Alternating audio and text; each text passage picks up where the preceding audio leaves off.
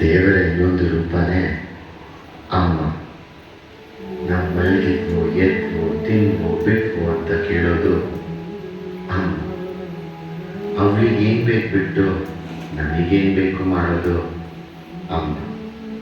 ನಾನು ಎಷ್ಟೇ ಕೋಪದಲ್ಲಿ ಮಾತಾಡಿದ್ರು ಸ್ವಲ್ಪನೂ ಕೋಪ ಇಲ್ಲದೆ ಮಾತಾಡೋದು ಅಮ್ಮ. ಏನಾಗಬೇಕಂದ್ರೂ ಅಮ್ಮನೇ ಬೇಕು. ಅಮ್ಮ ಇರೋ ಮನೆಯಲ್ಲಿ ಹಸಿರು.